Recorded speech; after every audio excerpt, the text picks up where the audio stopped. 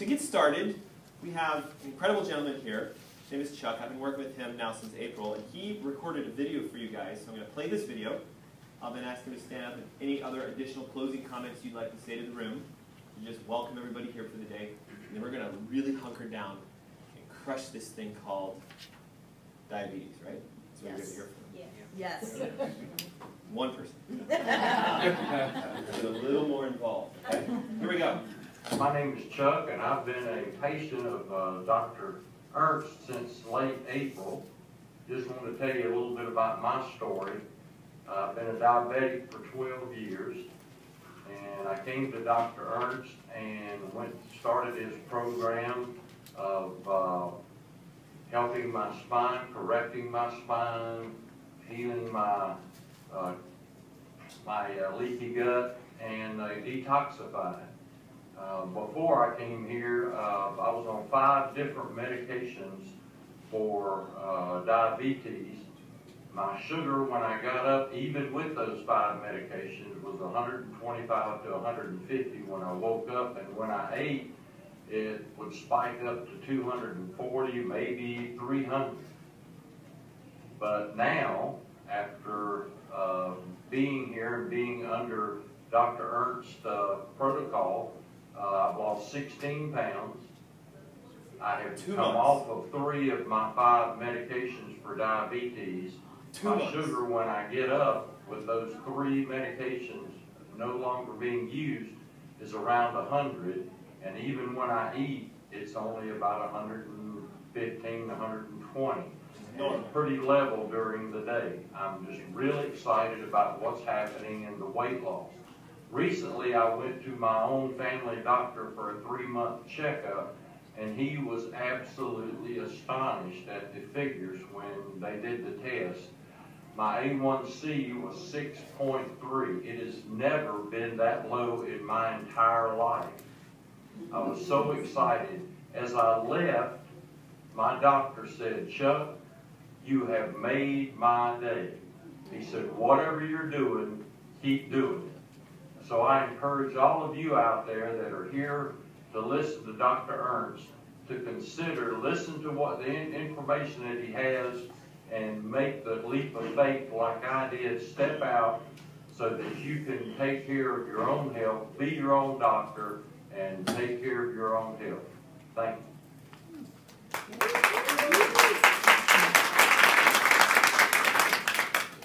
So before I just, if you'd like to say anything else, since you're now here in the flesh, this guy's famous. Just real quick, ready? Can diabetes go away in 2 months? Yes. Have you been told it cannot? Yes.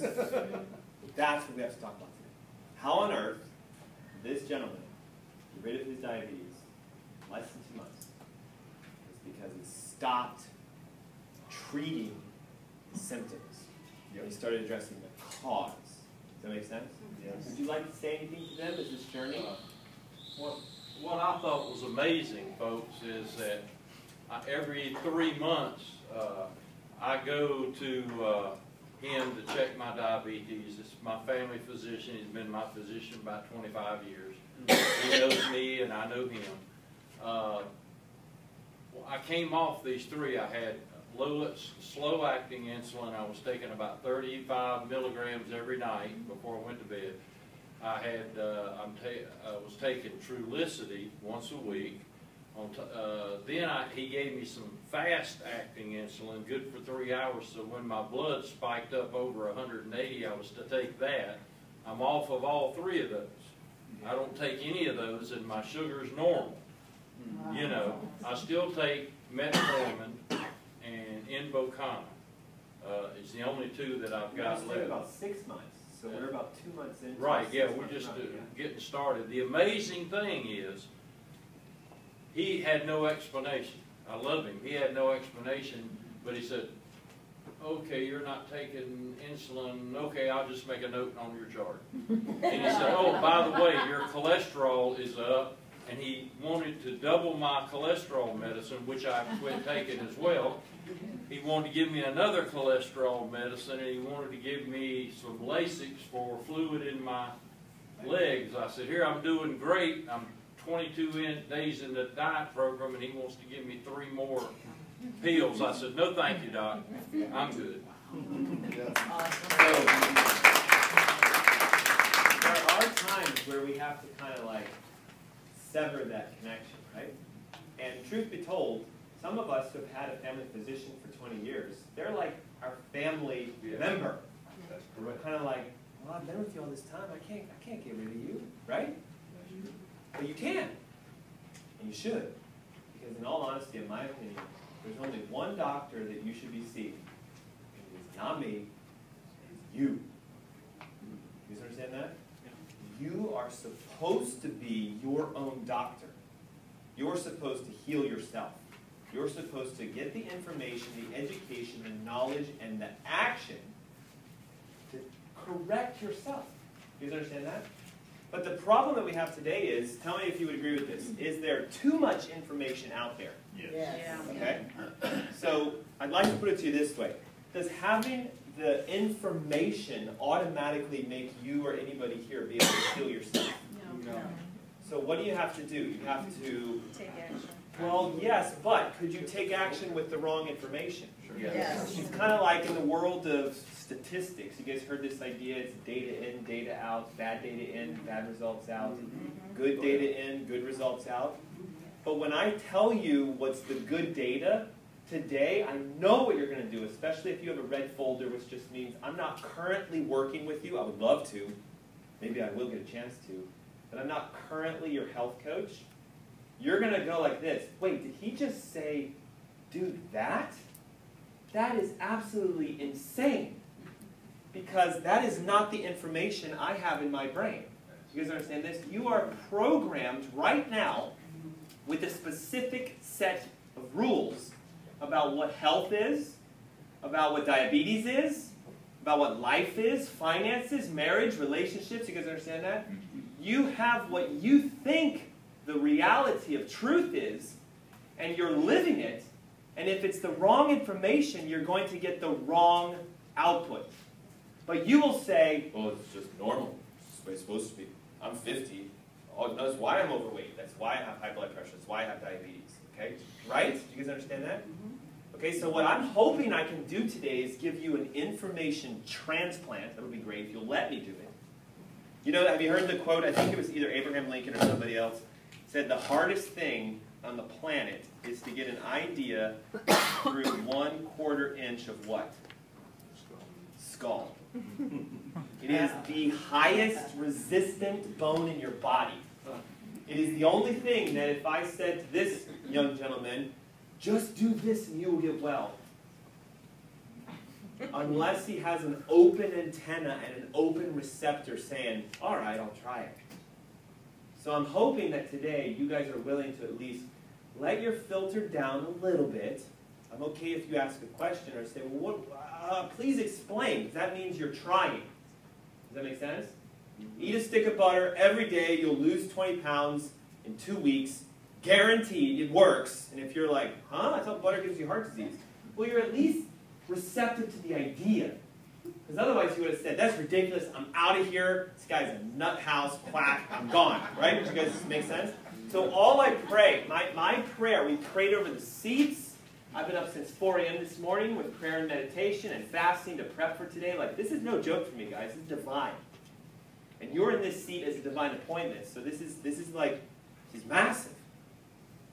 So I pray that the ideas that I say today will be received, that you will understand them, and that your brain may actually let you do this. Well, this sounds like it might work. Because all I can tell you is this, and this is just me. Please don't think this is harsh. If what you're currently knowing and doing worked, then why do you still have diabetes?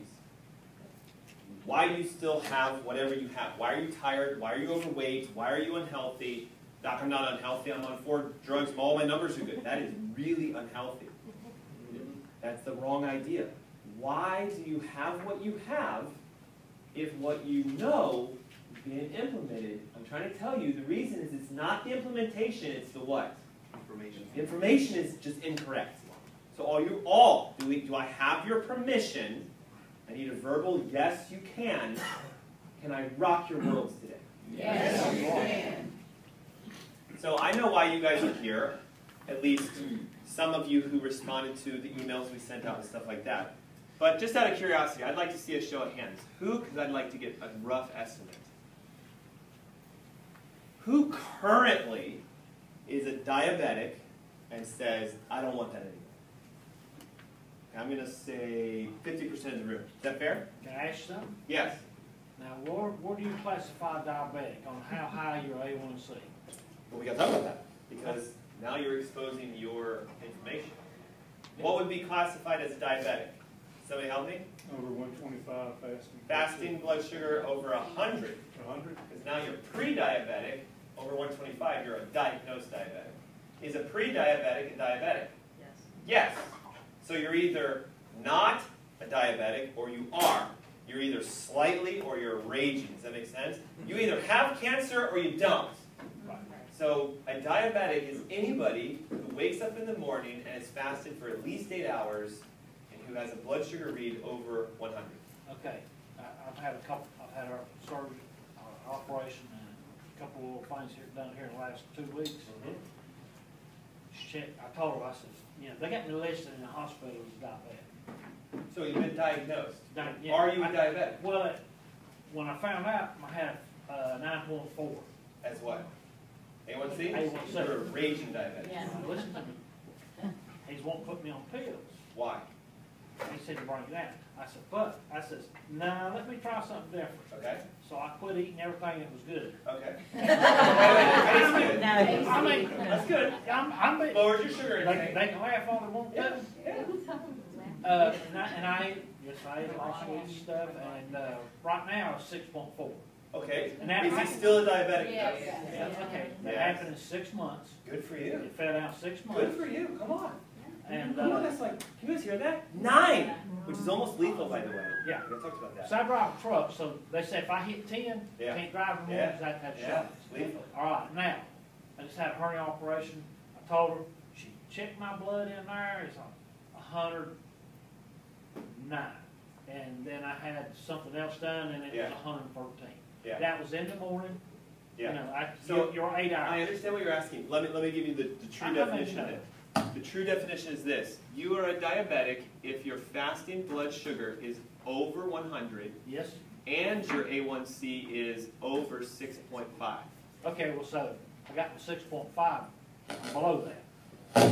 So then you're pre-diabetic. Yeah. Because if you have fasting blood sugar over this, but A1C, we'll get into this. Okay, this is a little kind of, but do you Hey, I don't mind understand? But do you see what he's doing?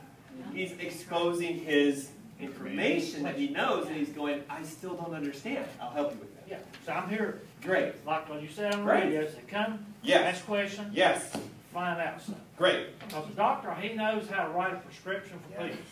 And I told him I wasn't going to take it. It's just like I failed when I lost 25 pounds, Uh-huh. 6 months, Yes. and my cholesterol was 289, 298, and it fell down to 218. Yeah. And, Still fine, but you're doing it through your diet. yeah. This is good. But, and then he did write me a prescription. He said he had to get it down. Right. I just went and asked for 118. Okay. That's way too low. We got to talk about that. That's way too low.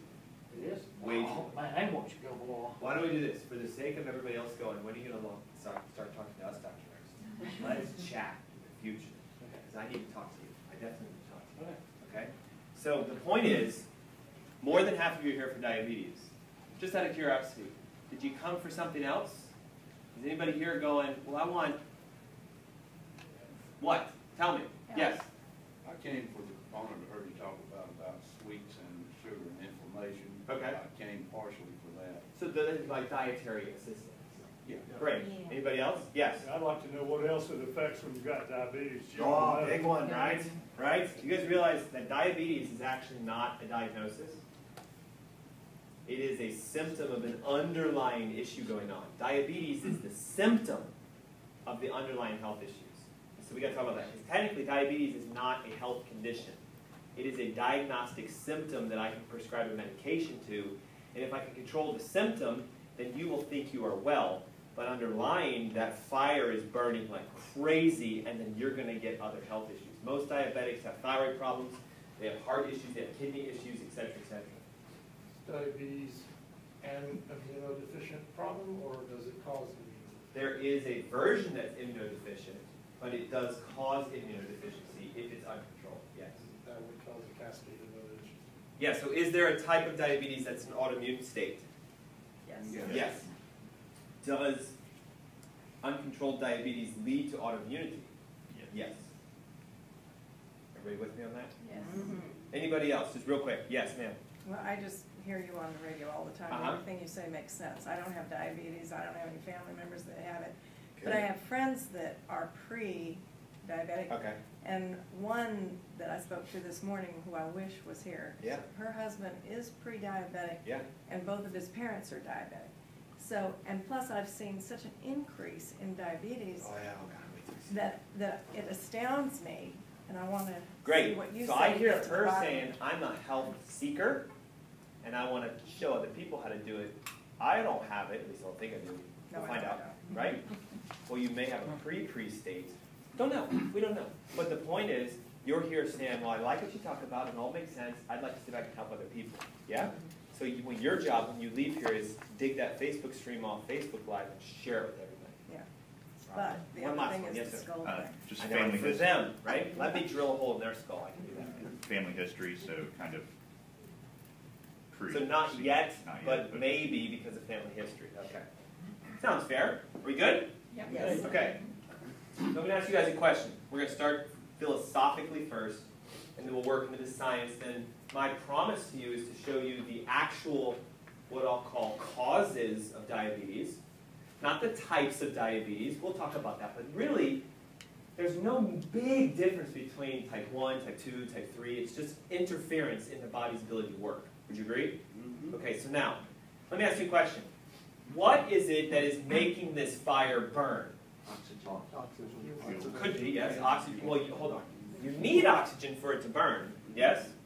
So we would say, in order for you to have this fire, you must have oxygen. But I have oxygen right here in this room. How come the room's not on fire? Fuel. It's the right fuel. Well, again, the carpet's probably flammable. So is this board and everything else, because this place could burn down. Conditions have to be right. And You know, yes, okay. Right? So we have the fuel. You need a match. We have How about conditions. the heat? Okay. You need some sort of a controlled explosion, right? You could shoot it. You could light it, right? Somehow you could channel the Earth's or the sun's energy through a magnifying glass to it. But there's got to be a spark. There has to be the fuel. And ideally, to keep it going, you have to keep adding some sort of fuel source. In this instance, would you agree? We need to keep adding wood to this if we want it to keep burning. Yes? Yes. Okay, you guys understand how a fire works. So, would you agree that your body basically is a fire? It's burning, generating heat. Are we all okay with this? You have what's known as your metabolic fire, your metabolism, and it's on how often? All the time. All the time. If your metabolism goes out, your fire went out, and you are Dead. okay. Are we all okay with this? Yeah. So let me ask you a question. What happens if the ability for you to burn the fuel that's put onto this is interfered with? Let's say, for some reason, the oxygen concentration is down 30%. You got this, you got this. Will it burn? Yes. Yes, but it will be, instead of a flame like this, it might be a flame like that. Still burning though. So then, would you agree that if you put on the wood at the rate you would, W-O-U-L-D, that you would to keep the original fire going, you could choke out the smaller flame with too much wood? Yes. Okay, everybody okay right now? So what do you think you should do with the wood then, so that you don't choke out this flame that's only at 30% its capacity? You would want to set it aside and go a little slower, right? So you'll start to see something like this, right? Well, I just can't put all the wood on the fire because the fire is not hot enough. So then what happens is, well, there's only one problem though. Your body will make the wood for you. So now you have more wood piling up. Blood sugar. Sugar is the wood for your metabolism. You see where I'm going with this? So is this person having an elevation in their blood sugars? Yes. Do they have diabetes? Yes. No. They've been labeled as having diabetes by the medical system, but that's not their problem. What's the problem? Fire. Well, it's not that the fire is supposed to be there. Lack of oxygen. Not necessarily. Well, maybe. Maybe for them it's lack of oxygen. Maybe the conditions are right. Yep. They have an interference in Yep. the burning capacity of the fire. Now, medicine says, gosh, this is not a good idea. It could kill you. So they came up with a drug years ago that just so happened to force the wood onto the inefficient fire. Wow. Uh-oh. You see the problem? Mm. Now your sugars go down, but the fire is choked out even more, so your metabolism goes down and you get sicker. You see it? I hope you guys see this. Oh my God, I hope you see this. Please say you see this. Oh, yeah. You do not have diabetes. Period. What you have is an inefficient working system that I'm going to teach you about today. And if instead of covering up the symptom by saying, get rid of this stuff, you fix the fire, you will automatically start burning it at the rate you should until it goes back down to where all you store is a little tiny bit. Are you okay with that? Yes. That's the problem. It keeps piling up. And now there's this nasty issue. Can you have too much sugar in your blood to the point where you actually leave the planet? Yes. Does anybody know the lethal dose? If you check your sugars right now and it read blank, you would be dead. Or you will be dead in the next 3 to 5 hours. Your function will start shutting down. Yeah, what number? Does anybody know the number? No, like if you're Below so, 70. Hold on. Okay, if normal is 100, it's got to be above that. Yeah. Okay, is it 250? Oh, yeah. Is it 300? Is it 500? Higher. Is it 750? No, it's between 600 and 750. If you get up between 600 and 750 and it does not come down in the next 2 to 3 hours, you will die. Why? It's so toxic. Sugar causes other problems in your body. Does that make sense to you guys? Did you know that if you put about 17 cups of white sugar in a glass of water and drink it, you will meet Jesus tonight? The problem is you'll eat 17 cups of sugar in about 2 days. Just national statistics in the United States. Why didn't you meet Jesus? Because your body's like, I gotta get rid of this stuff. How do I do this? I'll swell the legs. I'll put the fluid down there. I'll put off the heart. I'll increase urination rates. I'll increase blood pressure. I'll make them sweat. I'll make snot come out of their nose. It will force you. I'll give them diarrhea. I gotta get it out. And you guys go, I don't like the diarrhea. I'll take an Imodium to keep it in me. Like, you guys, oh my God, please stop. Stop taking another pill for another issue that is a normal reaction to your body's trying to fix itself. Does that make sense? So what I want to teach you today is the idea of literally how you were designed to heal by yourself. All of you have it. You have healing power in you. I know it's there because I took it out of this gentleman in just 2 months, and he's already 50, 70, 80% improved in a pre-diabetic state right now. So if you're a diabetic, you must become a pre-diabetic, and then a pre-diabetic must become normal. Here's the problem. Normal, according to medicine, is pre-diabetic. Sick. It's sick. Okay?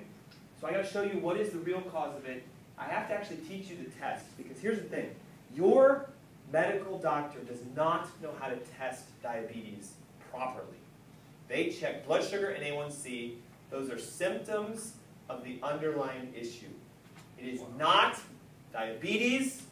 So I have to teach you today what test should you get to figure out how bad is your diabetes and how do we get rid of it. And what kind of diabetes do you have? Not type 1, type 2, type 3.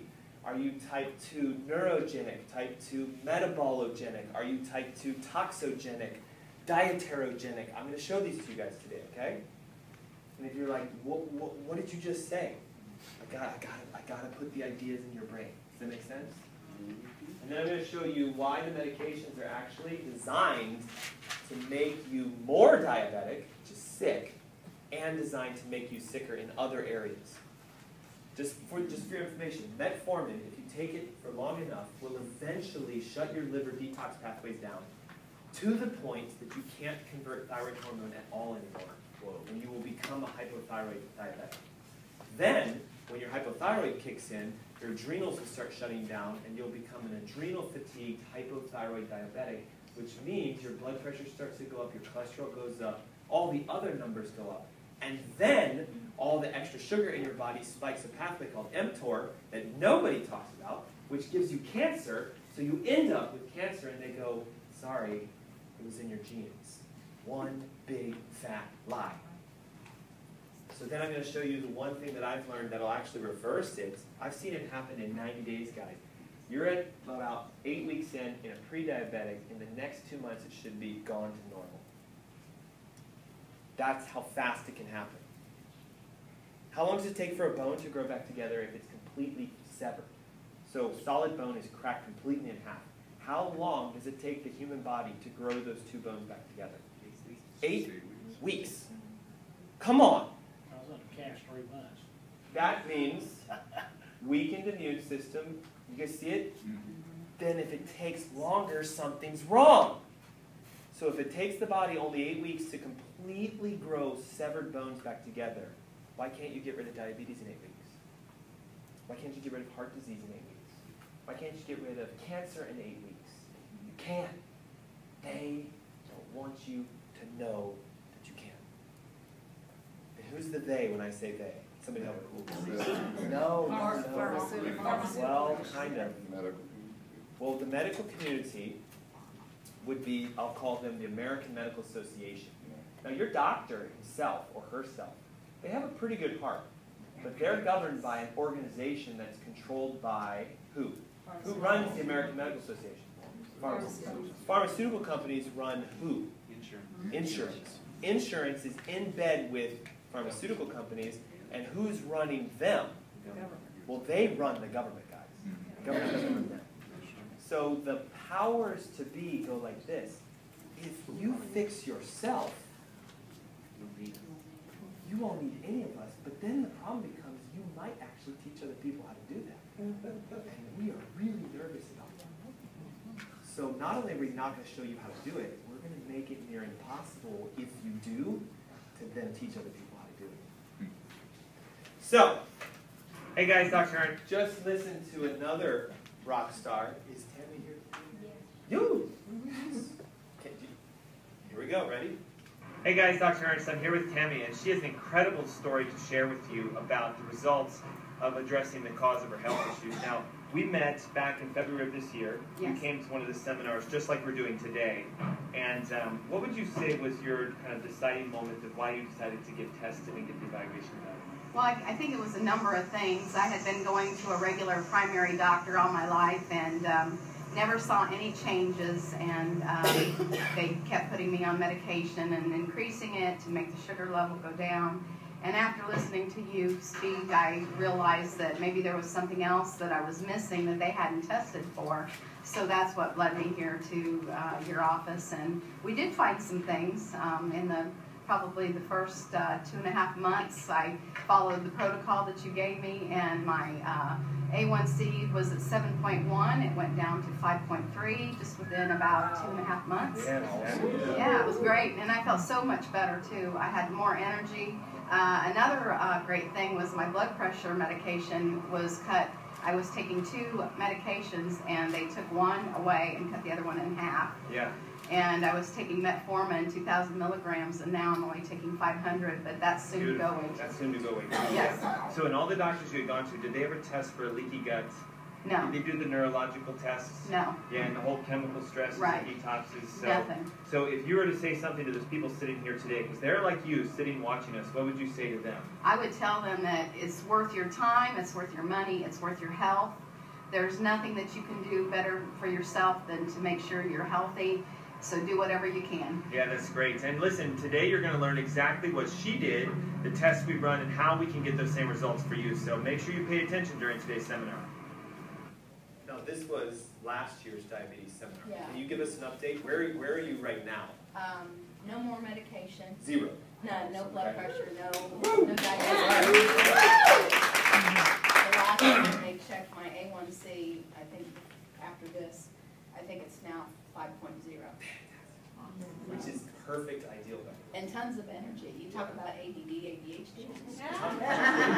Which we're supposed to have. How Yeah. much weight have you lost in its entirety? 45 pounds. Wow.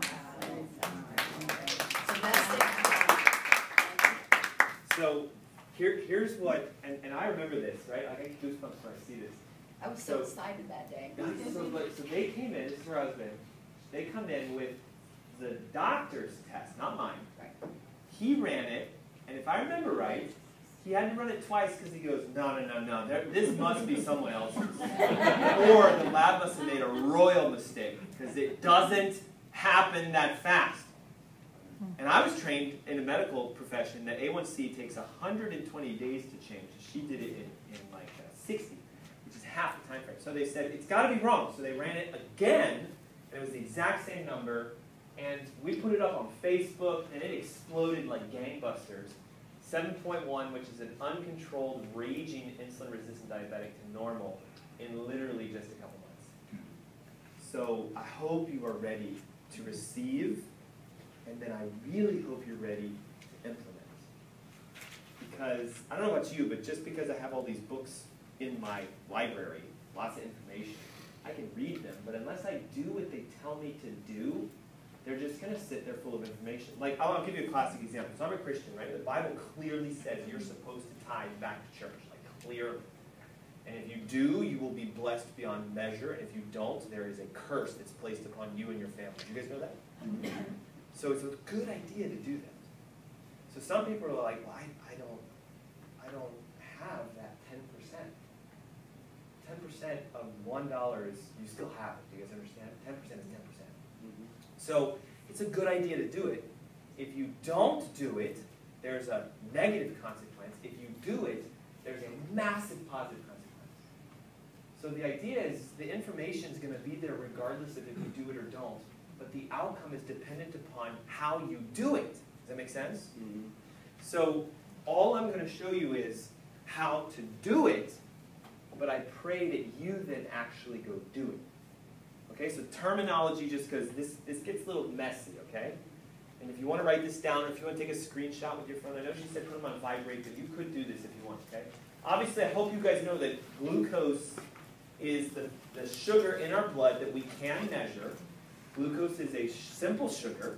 It's found in a lot of our foods. And it's known as the most important energy source for life because if you cannot convert sugar into energy, you literally will die because your brain must use sugar for fuel, for its fuel source. So if you cannot take those wood blocks and burn them, you're going to die. Does that make sense? And please understand, I say this in like this light measure of at some point, like sooner than you should. You're going to get sick, you're going to have health issues, etc. So what we do in the world of medicine is we say, okay, if you don't eat anything for at least 8 hours, and I check your sugar, if your fire is burning properly, you shouldn't have very much wood left over. So medicine will say, as long as you're under 100, you are good to go. Does that make sense? So if I eat dinner, stay at 8 o'clock, and I wake up the next morning at 6 a.m., and I prick my finger, and I look, and it says 102, you should go, OMG, I'm a pre-diabetic. Now let me ask you a question. What percentage of Americans wake up every day and check their sugars to see where they're at? Yeah. Only those who are already diagnosed as having diabetes do that, and actually half the time they don't even do it. So I'm here to implore you that the first thing you should do is check your sugars tomorrow morning. Dr. Ernst, where do I go to these things? You know they sell them at Target, Walmart, Rite Aid, Sam's, Costco, everywhere. They're like 19 bucks. They're so cheap. And I told this patient this once. I said, okay, I want you to go home. I want you to check your sugars in the morning. You know what he said to me? Dr. Ernst, I don't have diabetes. I'm not going to do that. See the programming? his thought process is the only person who checks their sugars in the morning is a diabetic. I'm not a diabetic. I don't want to be a diabetic. I'm not going to check my sugars because then I'm a diabetic. You hear it? Secretly, that's what he's telling me. So look, if you wake up in the morning and it's between 100 and 125, pre-diabetics, go ahead and self-diagnose yourself because you guys have the power to do that. You're doing it anyway right now for other stuff, aren't you? Mm-hmm.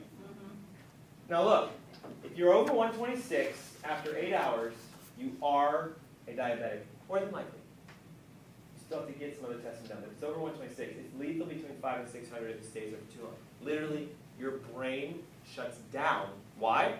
Sugar, that high concentration in your blood, is so thick that your body will push all of its cellular fluids from your brain, from your kidneys, from your skin, into your blood to try to bring the concentration down because it's so thick you can't pump it.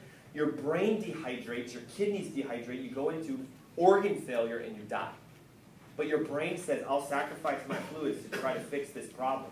You get it? The body's always trying to heal itself, always, even if it kills itself. This is a fun term. Who knows what this is? Anybody ever done this one of these things, right? So like prandial means meal. I don't know why they couldn't just say post-meal. Medical doctors want to make you think they're super smart, so they come up with their own words. So they say post-prandial blood sugars. Here's what it means, guys, real simple. If you eat lunch, within a 2-hour window afterwards, it must go under 140. Otherwise, there's a huge problem. So what it means is, even if I wake up in the morning and I'm at, say, 89, if after eating it's at 140, I'm still a pre-diabetic. Does that make sense to you guys? There's multiple classifications you must pass to be truly perfect. So I have to be a morning faster between 65 to 89. I then have to eat my lunch and confirm that 2 hours later it's less than 140. If I can do those two, I'm pretty good. So now we're doing that. Chuck it. Yeah. Make sense? Now, it goes a little deeper because we have to look at sort of metabolic function. Now, this is something that rocks my world because no medical doctor talks about this. You get the idea that insulin is supposed to push sugar into the cell, correct? Everybody knows this? The more sugar in your blood, the higher your insulin, right? Why? Because it's trying to push the sugar into the cell. So why don't they check your insulin? If you're a type 2 diabetic, why don't they check your insulin to see how high your insulin is? Does anybody know this? Because that's what they want to give you to correct it? Yes, and will the number come back high or low? Think for a second. I'm a diabetic. This is my cell. It is starving for sugar because it's going, where is it? It's all out here because it keeps bouncing off the cell receptors. Insulin is here saying, I'm trying to land on this thing. I'm trying to do this, but I can't. So this will go up, correct? Outside in the blood. This goes down. So watch. If sugar goes up, does insulin go up or down? Up. Up. So a diabetic will have high insulin. And if you're smart, like you guys all are, you'll say, but doctor, that doesn't make sense. If my insulin's high, shouldn't my sugars be down? And they'll go, well, yeah, but we don't know why it's happening. And that would mean we don't know what we're doing. And that would mean I don't want that to happen. And that would mean I'm not going to test you for this because I want you to take insulin to try to push it even harder in. And if you ask me, well, doc, isn't my insulin already high? Why are you going to give me more? I'm going to have to admit that they have no stinking clue what they're doing. So they won't do it. How many of you, anybody asked your medical doctor to have your insulin tested? Anybody done this? If I did it with my doctor, you don't need to do that. Why would you want to do that? Because I'd like to know if I'm in the normal insulin ranges. He goes, we can just run your blood sugar, your A1C, and we'll know if your insulin's normal or not. What is A1C? It is a direct measurement of the amount of hemoglobin that has glucose attached to it. Translation, it is a sugared blood cell. So let's say it's sugar-coated donut. Here's your red blood cell. It has hemoglobin inside of it. What does hemoglobin do? Can somebody help me with this? Okay. What did we say you need to burn a fire? Okay, so it carries oxygen. If you have sugar all over this thing, can the oxygen connect to the hemoglobin? No or no? So a sugared red blood cell will decrease oxygenation, will decrease your metabolic fire, will increase your sugar, correct? Because your wood's piling up. And so therefore, the more of this you have, the more dangerous it is because it means you're also deoxygenating other tissues. Why do toes fall off or have to get amputated in diabetic? Because they're necrotic. They're rotting. Why do we lose our vision? Why do we lose our minds? Because we're deoxygenating our body. So it is the percentage of your blood that has sugar attached to it. Now, has your doctor explained it to you that way before? No. Because they don't want you to know that. I had a quick little question. By the way, I'm a retired nurse, Great. and my wife was just diagnosed with the beginnings of macular degeneration. Yes. Could It's high blood related. sugar have Yes, something related. to do with High blood sugar, high cholesterol, high triglycerides causes that little plaque to get stuck in the back of the retina, and it shows up as a yellow spot. And we say it's macular degeneration. But here's the thing, is it macular degeneration? No. No. It is uncontrolled ill health. Does that make sense? Can it go away? Yes. Yes. Have you been told it can't go away? Yes. Yes. Is there a cure for macular degeneration? No. Yes. But not with medicine. Yeah. Does that make sense? You can make it go away. How fast? 8 weeks? 8 to 16 weeks. If you fix the underlying issue and stop chasing symptoms. Okay, now watch this. Normal is to have less than 5.6% of your blood with sugar attached. The ideal optimal is 4.5 to 5.0. Now you want to be 4.5 to 5.0. If your blood sugar is between 5.7 and 6.4, now let me ask you guys a question. How on earth would you know what these numbers are? Blood test. You can't feel it. Oh, I feel like today I'm at 6.2%. No, you can't do that. You can't. So you've got to get a blood test. Now here's the problem. Who is testing your blood right now? And they know nothing about this. So I'm going to implore you to get your own test done, and I'll show you how to do that. Okay? If it goes over 15, it's lethal. Help me with this. Why would lethal kick in? Why would I die if 15% of my blood is coated with sugar? I'm choking myself out from within. Now, to date, the highest I've ever seen in my office was 11. Wow. 11. And they're coming up with new drugs to try to just bring that number down, aren't they? They have a new A1C lowering drug. Give me 1 second, I'll answer in a second. But here's the problem. Watch. If a drug brings the sugar down, if a drug brings the A1C down, is the wood still there? Yes. They're just making the lab say, oh, it's gone. But I promise you it's still there because it has to be burned. Real quick. I was going to say mine was 10.8 when I was diagnosed. In the beginning, right? Yes, sir. Now down to Like 6.3. 10 years ago, 12 years ago, yes, sir. 6.3. See what he did? Boom to boom. Next is to boom. How many of you would like to do that, just out of curiosity? Bravo. Good for you. Okay, insulin receptor. You got to know about this. Even more so because it's not new, it's just we're learning about this. There's a new condition, which is the autoimmune, what's your name, sir? Paul. Paul, the autoimmune condition is when you build an autoimmune response against your insulin receptor, and you actually burn those guys off. The insulin receptor is an antenna, excuse me, is an antenna that sits on the outside of your cells. Because remember I said you got to get the sugar into the cell, correct? So there's an antenna here that goes like this. Where's the insulin? I'm listening for insulin. Where's insulin? And the insulin is all over the place. So here's the question. Why isn't the antenna receiving the signal from the insulin? It's blocked. Something's blocking it. It's interfered with. So there's something known as insulin receptor interference. Does it make sense to you guys? Mm-hmm. That is the leading underlying cause of diabetes. The question is what's interfering with it, and I'll show you how to test for that. So if your receptor is not working, do you see how that's why you could have high insulin, high blood sugar, but not have the issue resolved by itself? Because it won't work even if we put all of the right metrics there. Does that make sense? If the receptor's broken, sugars will go high. If your diet is crazy, sugars go high. If you have an underlying issue that's spiking your insulin, which I'm going to talk to you guys about, what are the things that makes our insulin levels go up? The insulin can kill the receptor because it keeps banging on it, and then the receptor dies. Does that make sense? Just to show you, we never really tracked the rates of diabetes before 1950. So if you were born in 1910, I don't know if anybody's here today that was born in 1910, but if you went back and you asked the CDC, because I've done this, can you give me the statistics of diabetes in the United States from the 1800s to 1950s? Guess what they say? We don't have data for it. Why?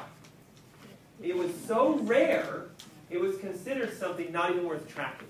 Now that should make you go, huh? What the heck did we do in 1950 that is now all of a sudden... So I'm curious, I'm going to ask you guys, what happened in the 50s? Processed food. Yes but no. It was just beginning. There was some specific change. Who listened to my radio show about the history of food in the United States? None of you? Not fast food. Not GMOs. That was like 70s. What were you going to say? Farm subsidies. Not farm subsidies per se. Refined oils? Kind of. Okay. National government, right? They changed our diet recommendation, right? The new recommendation was this. 1950, increase vegetable oils and get rid of lard and butter. But we went from 2 to 4 servings of grains to 6 to 11 servings of grains in 1950. So the healthy American diet was, I want you to eat lots of toast, bagels, English muffins, wheat, donuts, pizza, pastas, cereals, grains, oatmeals, 6 to 11 servings of that. Oh, and by the way, butter's bad, animal fats are bad, vegetables are good for you, so we've made vegetable oil, so eat lots of that. Margarine, Crisco, etc. 1950 is when that kicked in. Now watch this. This is the percent of people with diabetes in the United States. 1%! What is it today? That's 2009, guys. It is 32% today. 32%. Can you eat yourself into diabetes? Yes! If you eat too many grains and you consume vegetable oils. Dr. Ernst, my heart doctor said I'm supposed to use canola because it's the healthiest cooking oil. You're listening to the wrong group of people, guys. Trust me. Trust me. It's so toxic, if you spray it on your plants, it kills every insect. Every single insect will die if you spray canola oil. By the way, it's the best pesticide on the earth. Because all you gotta do is just go spray it on your plants, everything dies. Everything dies. I don't necessarily have time for individual questions, otherwise we're gonna be here till like 4 o'clock, just so you guys know. But if you have a question, and you're like, I need to know about this, then let's talk later, okay? Like maybe as an appointment or something like that. Now watch this. World Health Organization is a group that kind of says, hey, let's take a look at the health of the world. They are predicting that in the next 5 to 10 years, 300 million people in the world are going to have, like, guys, that's insane. This is a stock worth investing in, is it not? In 1985, I bought here. But now watch this. Medicine knows it's an investment. It's sick, isn't it? They know it's an investment for you to get this information so they can ride this wave of profit. And it's only going to keep going up and up forever. Your job is to unplug yourself from that matrix. I'm going to ask you to just reach back and yank that Neo cord out of your head. It's going to feel weird though, isn't it? Who watched the movie? Remember when he was like, where am I? What's going on? I can't see. It smells weird. It's going to be like that. Trust me. It's going to be like that. But totally cool afterwards. It's euphoria. Okay? What does medicine say as far as diabetes? They'll say there's type 1. Who can tell me what type 1 is? Juvenile. It's not juvenile. They'll claim that that's what it is. It's just where your pancreas has stopped making insulin. Can you be 60 years old and be a type 1 diabetic? Yeah. So again, remember, you've been programmed a specific way. Oh, that's type 1, it's in kids. No, it can be in anybody. The question is, why isn't your pancreas producing insulin? If you can fix that, guess what happens to type 1 diabetes? It goes away. But Dr. Ernst, it's genetic. I've been told it will never go away. Type 2 diabetes is what most people are familiar with. It's the adult onset, right? It's the one that just rears its ugly head between 40 and 50. And they claim it's in your genes, right? You have genetic type 2 diabetes. Really, Doc? How come I didn't have it when I was a kid? Because my genes haven't changed. So if it just happened now, what's the difference? Well, just take this pill and get out of my office. They don't want you to know that they don't know about DNA. It has nothing to do with your DNA. Do you guys have type 2 genes in your body? Yes! Do you have cancer genes in your body? Yes. Do you have heart disease genes in your body? Yes. Does that mean you get the disease? No. We know this now. So you turn the gene on or off. Now, if you're turning your diabetic gene on, that's also a genetic trigger, but it's not the cause. The cause is how you're turning the gene on. Does that make sense? So type 3, who can tell me what that is? Dementia. Alzheimer's, forgetfulness. This doctor in 2010 coined this phrase because she said, if your brain cell becomes an insulin resistant and it runs out of sugar, it not only gets this unhappy state, but it starts to not work. And when your brain doesn't work, you can't remember who you are, where you're from, you can't remember anything about yourself, and it's Alzheimer's and dementia. By the way, if you're a type 2 diabetic, you have a 70 to 80% chance you're going to get Alzheimer's and dementia if you don't fix the cause. Not bring the sugars down, fix the cause. Does that make sense? Scary, isn't it? Do you know Alzheimer's is the leading growing neurodegenerative condition today? Nobody knows where it's coming from. Nobody knows why we're getting it. They're trying to figure all of it out. They're trying to come up with drugs for it. But they're never going to let you know. It's the new cancer. They're never going to let you know that they're the ones that made it in the first place. They are giving us Alzheimer's. Because then we're on drugs for the rest of our life. And we don't even remember where we're taking them. Here's the actual underlying types. Remember, this is the medical types. Totally BS, means nothing. It's literally just a sticker. It's like a label, right? Oh, type 2 diabetic? No, you're one of these. But this is what they'll say that you are, okay? You can be a neurogenic diabetic. Nerve-created diabetic. Meaning, your nerve system is interfered with, thus, you're a diabetic. Does that make sense? You can be a toxicogenic diabetic. Toxins interfering with you, making you have diabetes. You can be a dietogenetic. These are my terms, by the way. Dietogenetic. Can you eat your way into diabetes? Yes! So if you're not neuro, not toxic, and not microbiome, then all you got to do is stop eating sugar and your diabetes will go away. Make sense?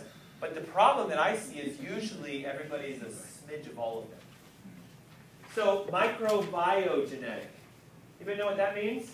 You've got some kind of bacteria running around in you that... That's what medicine wants you to believe. But it is your healthy gut bacteria. You have a leaky gut. You have a leaky gut. Thank you. Your gut bacteria is giving you diabetes. Not a pathogenic infected. That's, again, see, don't you hear? Like, it just comes out of us. It's a viral infection. I'm infected. No, you're not. You just have to understand, your body should have fought that infection 100%. You should never get an infection. You should never get any of that kind of stuff. You can't catch a cold from your neighbor. It's not humanly possible. What happens is you're so weak with your immune system, you then express it, you can't fight it off. Do you guys agree there's viruses all around? Yeah. There's probably 100 trillion viruses in this room. How come none of you are spiking fevers right now? Because your immune system is at least somewhat strong enough to say, I got this, right?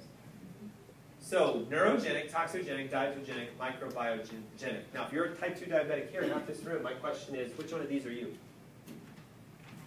And I know what you're going to say. I don't know, Dr. Ernst. I've never heard about this till today.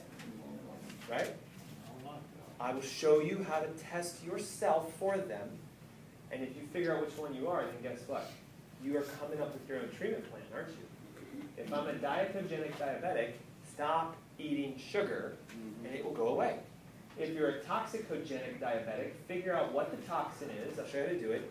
Detox, and your diabetes will go away. If you're a neurogenic diabetic, figure out where the nerve interference is, fix it, and your diabetes will go away. If you're a microbiogenic diabetic, fix your gut bacteria, and it will go away. It's literally that easy. But at the same token, probably some of you are like, how do I even do that? Well, look, we have some time still, don't we? You guys all okay? Yeah. Medicine says we don't want you to know the kind of types. We actually want to make you that one. They want you to become that one because, are these toxic? Yes. Yes. So did you know that all of these make your diabetes worse? They do. They will make your insulin go up. They don't test it because they don't want you to see that it's happening. They will make your sugar go down. Now let me ask you a question. How messed up do you think your body is if you invert natural order? Insulin up, sugar down. That is an abnormal order. Insulin is supposed to respond to sugar equally, correct? So what happens if insulin is up and sugar is down? That is called disease. But you won't feel it. You will get inflammation and you'll be diagnosed with other conditions, but then they'll say, well, we have a pill for that, so don't worry. We have a thyroid pill, we have a liver pill, we have a kidney pill, we have a brain pill, we have a sinus pill, we have a whatever pill.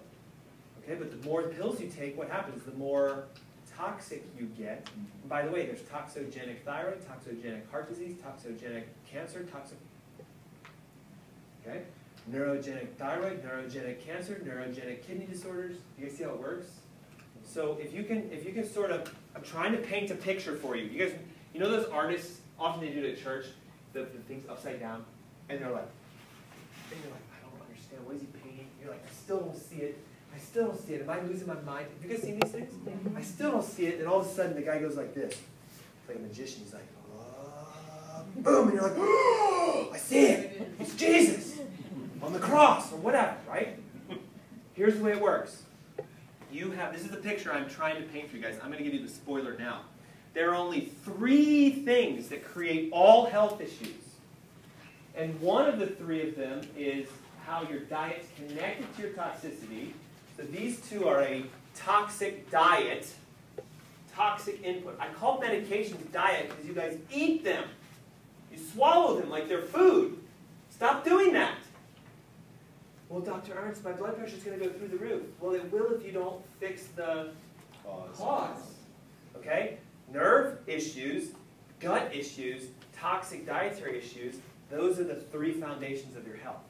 It's the core 3. It's the stool that I gave you guys in your packet to try to fill out, right? My health is based upon 3 things. My nerves, my diet, toxins, and my gut. Okay? Spoiler. That's the answer. That's the secret. Get tested in those 3 regions, fix those 3 things, you heal. This is only going to amplify it and make it worse. Here's what's even crazier though, right? So then after they do this for a bit, the sugars will of course do what? They have to come back up because your body's like, if insulin goes up, I've got to bring sugar up. It's natural order. So then what do? They go, all right, we'll start giving you more insulin, so we'll just keep doing this. And then will it go down temporarily? Yes, but then what happens? Natural order says you're going to die. Okay, so just get out of the trap. It's so easy. You just have to say, no thank you, doctor. I went to this functional medicine thing. I saw this other doctor. I'm having him take my health from here forward, if you guys want to. Okay, so a lot of you are already doing that, and I love it. Okay, so here's the deal. Most type 2 diabetics think that there's no way out. Wouldn't you agree? Yeah. Doctor said I can't do anything about it. I'm good to go. I'm just going to pop this pill, and I can eat all the sugar I want. It's like, what's his name? Cable guy, Larry the Cable Guy. If you want to eat those fried wings, just pop this purple pill and you're good to go. It's terrible. It's terrible. So look, if you're type 2 diabetic and you think it's for the rest of your life, it's only because you've been lied to. You can get out of it. I've seen it happen fast. I've already showed it to you guys. It is not the truth. Okay? Second, well, doc, I take my meds. My numbers are good. I'm on 5 medications. My fasting sugar is 99. My A1C is 6.0. My postprandial is 138. According to your stats, I'm good. That's still a problem because what are you taking? The 5 meds. Stop those 5 meds, pass the test. Well, doc, I can't do that. That's because you're stuck in the medical path, right? Did you know that because of what I just showed you, the fact that sugars will always try to come back is why 68% of diabetics have heart attacks, they have blindness, they have their arms and legs cut off, they have neuropathies, they have issues with their kidneys. They end up getting dementia. Why? Type 3 diabetes. And their lifespan, on average, did you know this, is 8.5 years less life. Sick. The reason is because what's causing the problem is the underlying inflammation that comes from insulin. Do you guys know insulin is an aging hormone? Insulin makes you age faster. So what we want to do is this. If insulin is the driving force for where sugar is, don't we want to lower our insulin so that our sugars come down? Does that sound like a good idea? Yes. So why isn't your doctor doing that? Why are they giving you more insulin? Because they know it makes you sicker. Now here's the trick. How do we get insulin to come down? We have to get sugar to come down in order for insulin to come down. But some of you literally have to stop eating for a day, 2, 3, 5, for that to even start. Like, Well, what do I get to eat? Nothing. Well, what do I have for breakfast? Water. Well, what do I have when I get hungry? Water. Well, what do I do when I feel like I'm falling apart? Drink more water. Like, but Dr. Ernst, I'm having sweats. Yeah, the insulin's coming down and the sugar's coming out of you. Well, I'm vomiting, I'm throwing up, this is bad. That's what you've been told. It's like coming off cocaine. Anybody ever known of a heroin addict that just went, oh, man, that was the easiest thing ever. And that was the greatest. No, it's hell. Can I support you through it, though? So it doesn't. Did you even feel it? Did you notice that it was coming down? Like, did you feel bad? Oh, yeah. For how long, though? About a week. Like, can you commit to like just a little bit of time frame to go through a little misery? I'll help you through it, and then come out and go, oh my God, like I feel like $1 million now. Okay, you're gonna have to go through the valley to get to the promised land at the end. Now, some of you are looking at me like, there's no way I'm doing that. 1 week of misery, no way. I'm out of here. It's your choice. You can stay a diabetic the rest of your life then. Because I promise you, there's no other way. There's no other way. Okay, so the medications, right? This is just me because the way I think, right? If I was you and I was going to a doctor, okay?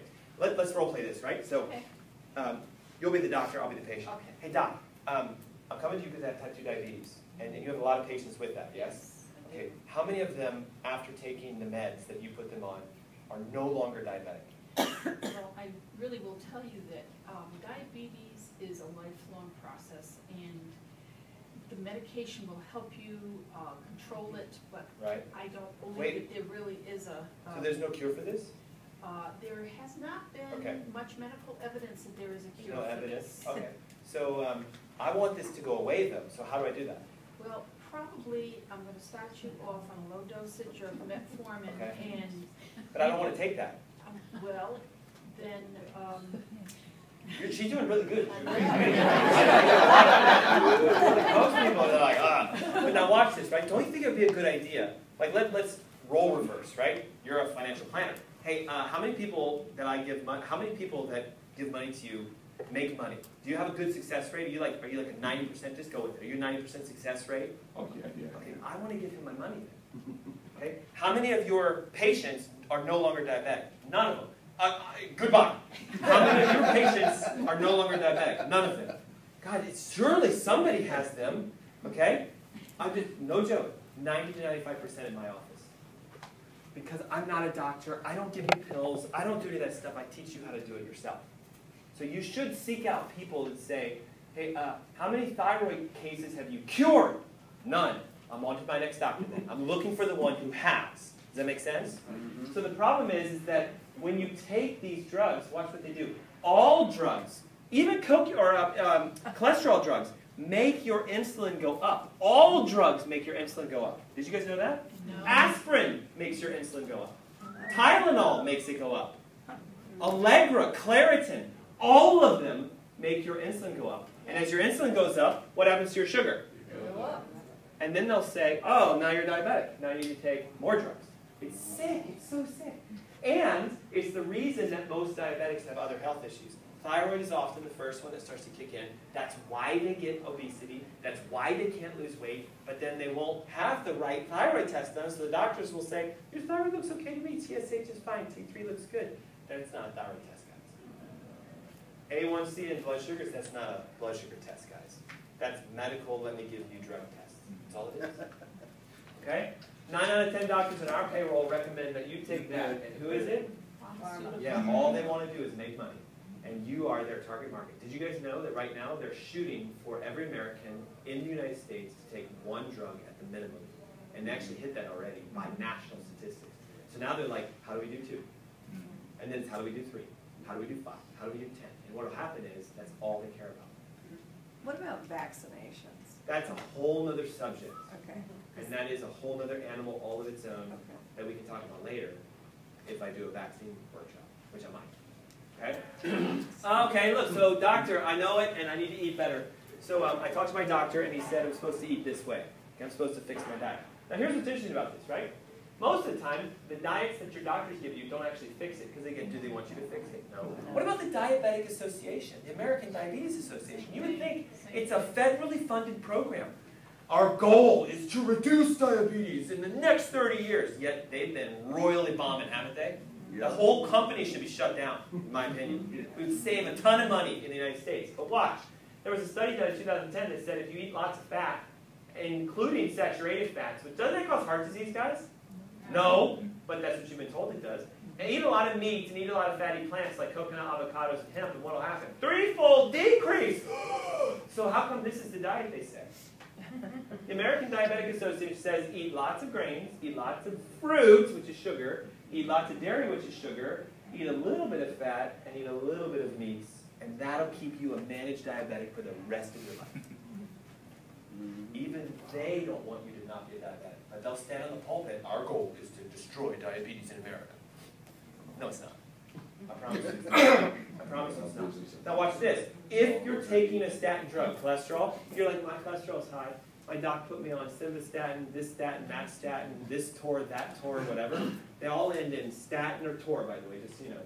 Simvastatin, whatever. The statin Tors, right? Crestor, etc. Now they end in Vitorin, but see the Tor, okay?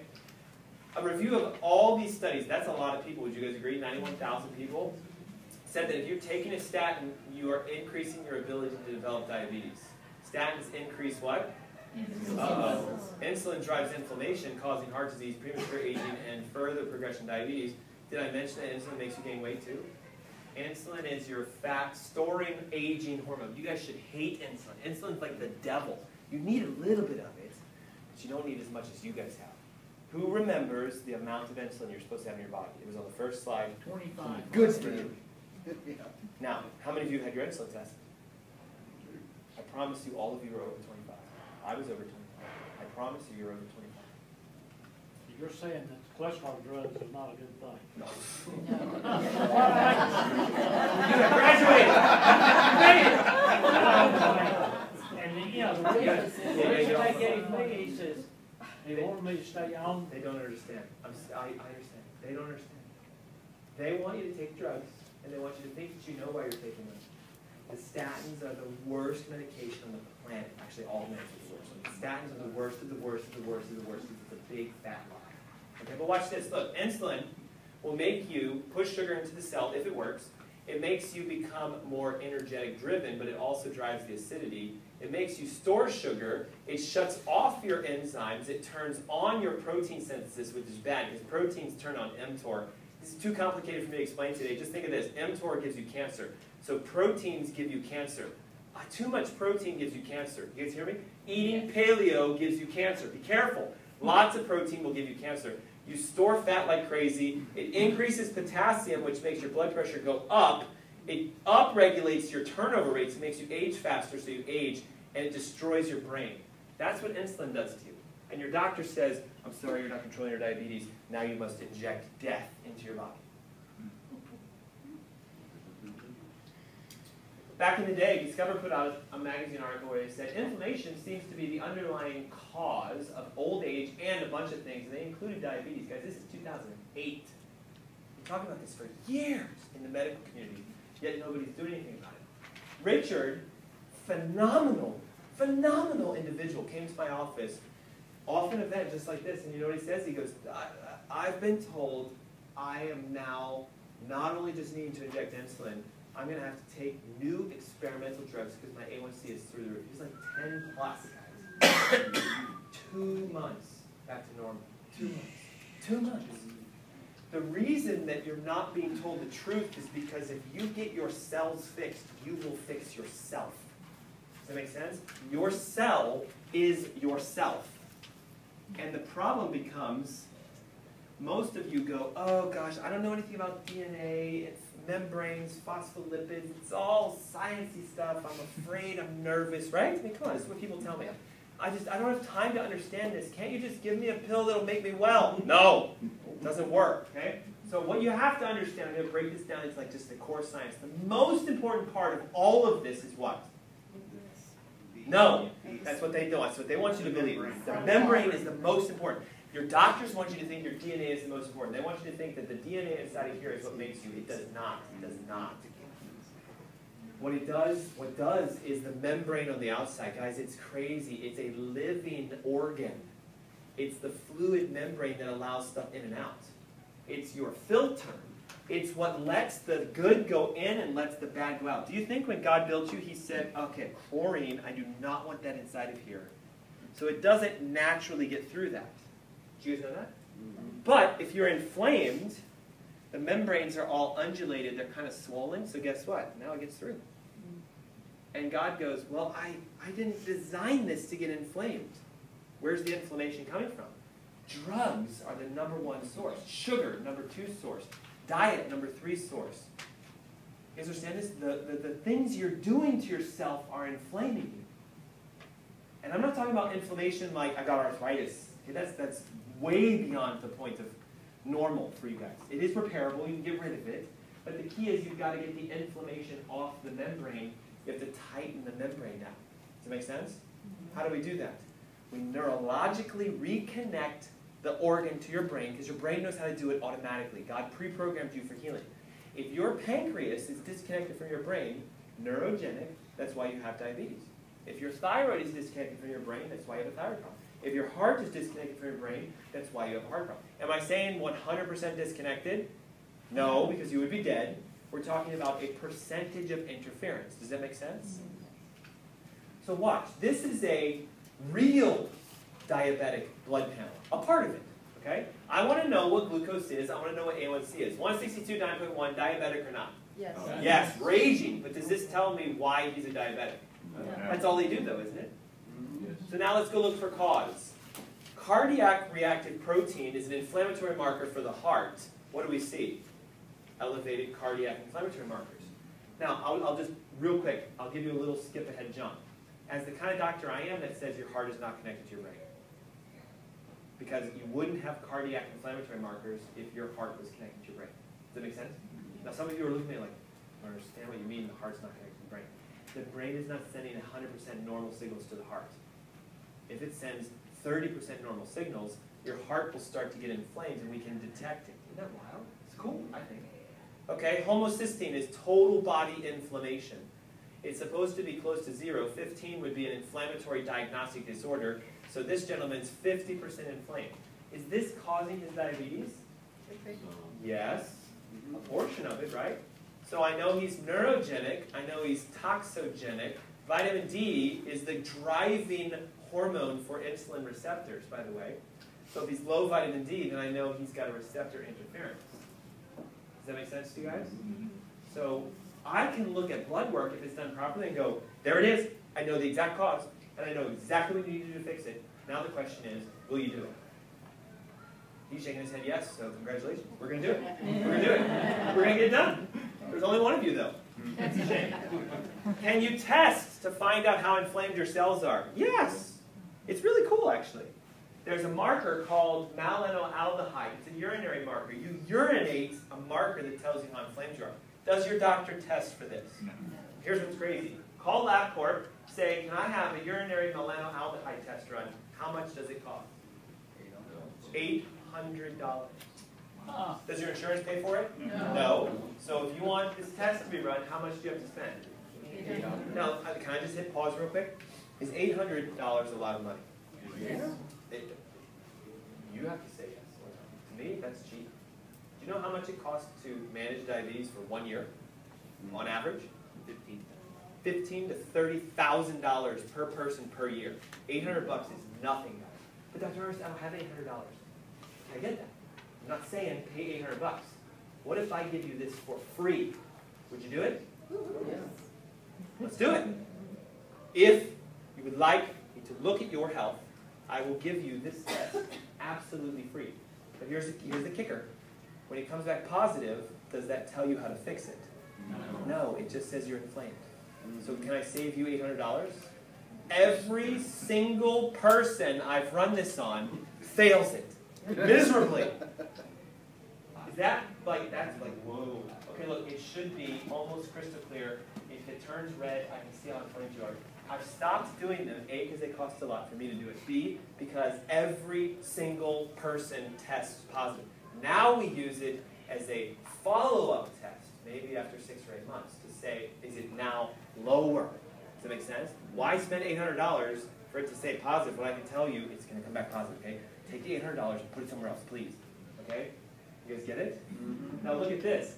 Could we run a real test, though, that does have an expense, a cost, but is worth it, and figure out all of the causes in one sitting? Yes. Watch this. This test tells me if you burn fat for energy. Can you burn fat for energy if your sugar burning pathways are blocked? Can a diabetic burn fat? Usually no. So if you're a really good fat burner, your numbers will be right here. Here's a patient of mine who came in off my last diabetic test seminar. He said, I want help. I'm a raging diabetic, like it's bad. Like it's so bad, look, I have candy in my pocket right now, I'm about to eat it, it's that bad. Help, please help. And I said, all right, I'll help you. Can he burn fat for energy? No. Can he even burn sugar for energy? No.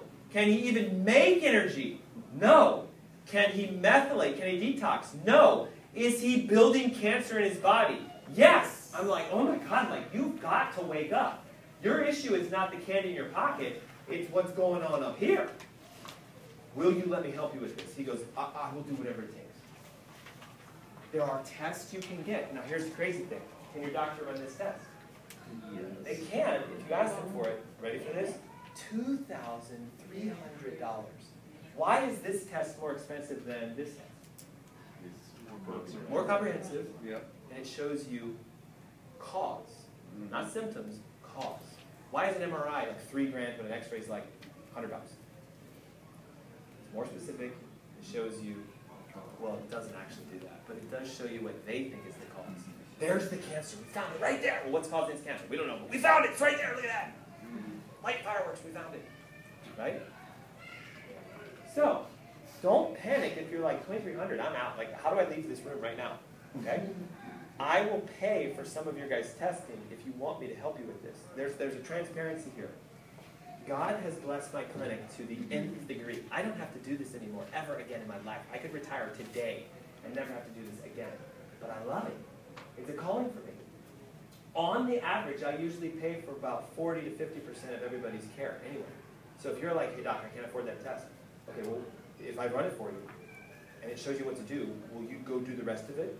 Will you do it? Okay, then I'll buy the test for you.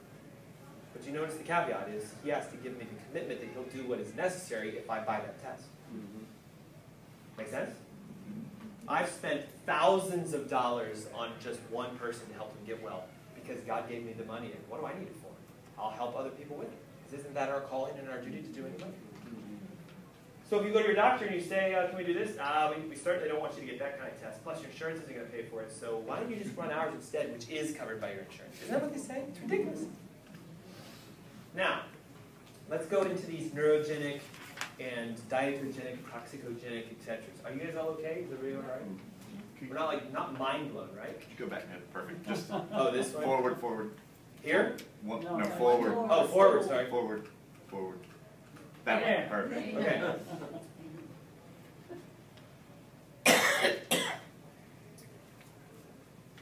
I'm going to start here because it is the foundation of the other two. Okay? If you have a neurogenic interference, none of these matter. And let me give you an example of that. If my brain cannot talk to my liver or my kidneys and I want to do a detox, is that going to be effective? Okay, if my brain can't talk to my stomach and I change my diet, is that going to be effective? You ever wonder why some people become vegans and they still don't get well? Why do people go to the gym and they become these muscle heads, but yet they still have heart disease? It's because they have a neurogenic interference. Now here's the caveat. Can you feel neurogenic interference? No. But doc, my neck hurts. Do I have neurogenic interference? Oh God, you definitely do. Because if you feel it, you definitely have it. Like, you guys understand, if you feel diabetes, oh, today I really feel like I'm a diabetic. You really, really have diabetes. Oh, this morning I feel like I have cancer. Oh, then you really, really, really have cancer. You guys understand? The big diseases you can't feel. So the number one issue I run into most people is this. Somebody will come up to me after the seminar and like, man, this is great.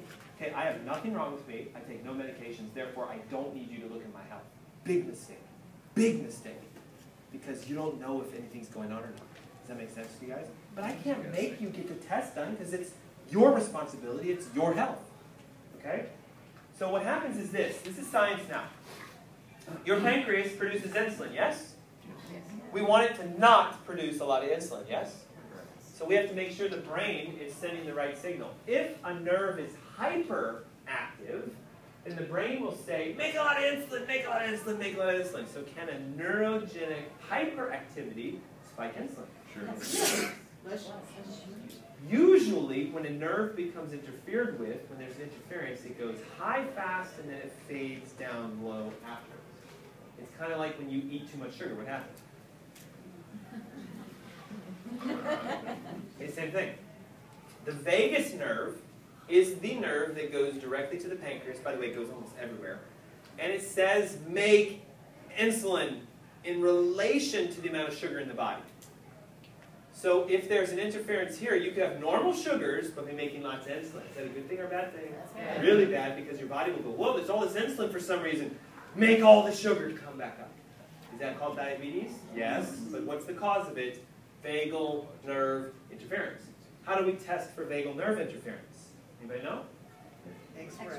All of you who are patient, thank you for answering. You have to get a very special x-ray. You can't just get an x-ray. You go to a medical doctor and you say, can you take an x-ray from a vagus nerve? They're going to go, you're what? How? Who? You can't take an x-ray to look at the vagus nerve. You need an MRI. And that's going to cost thousands of dollars. Don't do it, because I don't know what you're going to ask me to help you with. So just go somewhere else, please. The only way to physically check your vagus nerve is to have you sit down. You have to sit, because the vagus nerve is activated when you're standing. So we want to, because again, we're trying to find out if it's overactive. We have you sit down, you close your eyes, so that you're using your nerve system for information, because if I turn, I have to know where I am, vestibularly, right? Vagus nerve. So you sit down, you close your eyes, you look up, you look down, you look straight, we take an x-ray. What do you think happens for most of you? Eyes are closed, ready, watch. Look up, look down, look straight. That's vagal nerve interference. If you can't look straight and be perfectly centered with your eyes closed, your vagus nerve is interfered with. Secondly, if that space, you guys see here's the skull, see it? Ear, nose, teeth, you guys see what I'm looking at here? Skull. Are you guys all with me? Okay? There's the skull. There's the atlas, the first bone in the neck. The vagus nerve comes out right there. Do you want that to be open or closed? Open. Open. Is that open? Yes. Okay, ideally 18 degrees off the horizon, 18 degrees, 0. So this is only a 2-degree deviation. That's real low, by the way. 2 degrees. Most of you are like 70, 90, 110 degrees deviation off normal. So we want it to be open. We want the ear to be over the shoulder. We want a beautiful curve in the neck. That would be, on the side, a normal vagal nerve test. Does that make sense? But we got to also look at you from the front, because watch. Can I be like this, but be tilted significantly, and the x-ray won't catch it because I'm not facing this way? Correct. Okay, so then what we do is we go deeper. Oh, sorry, I'm in a different order. So this is a gentleman who came in last year from my diabetic seminar. He's like, I need help. Now, we're going deeper now. He was here, and he's like, I'd like you to test me. So I said, well, I want to see if you have neurogenic diabetes. Does he have neurogenic diabetes? Yes. Do you see how far off all these guys are? What we do is we add them all together, subtract from what they're supposed to be, and that's the number. That's the score. Woo! Exceptionally high. 55 degrees off normal. So I said to him, I'm like, okay, listen, all we have to do is see if we can open this. Now, who's been to a chiropractor before? Anybody? It's a little weird, isn't it? Like, you know. Okay? But I love it too, I'm a chiropractor. But now watch this. A lot of chiropractors adjust you and will say this, do you feel better now? That is the wrong question to ask from a chiropractor. You should go like this, hey doc, take another x-ray right now. Show me that it moved. That's what I do. So watch this. That was on the first. This is on the, whoops. Oh man, I'm so sorry. These are all out of order. I will fix these. I will come back. Ready? Here it is on the first. See right there? See the compression? Here it is on the 8th. How many days is that between? 7 days. He came back to me on the 8th, is his schedule. I did the adjustment, and I re-x-rayed him on the 8th, and what happened? Wow. You know what he did? 5 minutes after his therapy, because I monitored him for a couple minutes in my office to see how he's doing. He's on my Vibe plate, which I'll explain. And so he's like this, and he's like, and he starts crashing on us. And I'm like, are you all right? He's like, I don't know. I'm really dizzy. I'm really lightheaded. Like, oh, I feel like I'm going to throw up. Goes back in my bathroom and literally starts throwing up. And I'm like, oh, I know what's happening. your insulin's coming down. Your body's going, I gotta get rid of the sugar. So you're vomiting it all up. And he's like, why am I so, I'm sweating like crazy. I'm like, what's coming out of you? I checked his blood pressure, normal. Watch this, I checked his blood sugar, normal. And he goes, I've never had a normal sugar reading. Guys, one day. Now, the job would be what? Keep it like this. So do you think I would want to follow up with him and say, well, let's see a month later how you're doing? Pretty good. Let's see maybe 6 months later. Where is it? 6 months later. Pretty good. So what did he do? Fixed it. He fixed the neurogenic cause. Now, real quick, how many of you wonder if your nerve system looks like, I'll come back to this in a second, looks like that? Out of curiosity, who knows what your neck looks like? Seriously. Okay? Is it like this?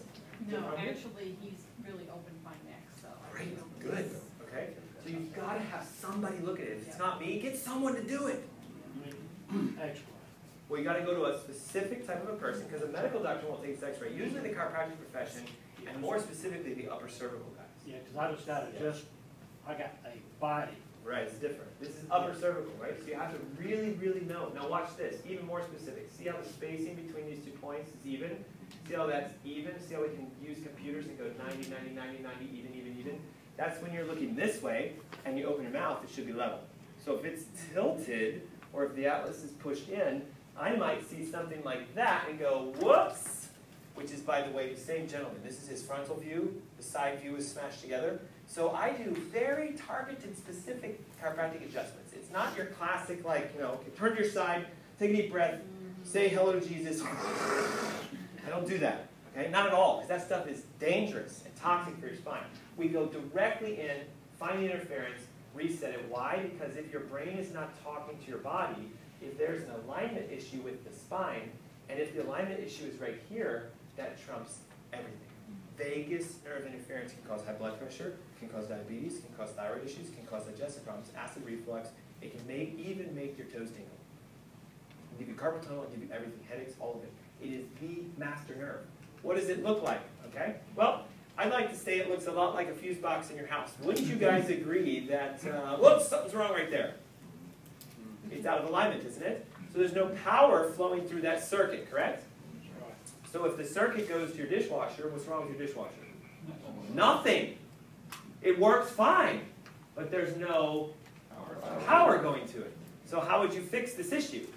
Doctor, how would you fix the issue? You would adjust the breaker into its normal position. Now here's the only caveat I have with a lot of chiropractors. They know how to adjust, but they don't know how to adjust into the normal position. They know how to make a joint go, but if you x-ray it after the adjustment, it hasn't budged an inch. And I know it's weird for me to tell you this. Most chiropractors know how to adjust you and make you feel better. Make you feel better.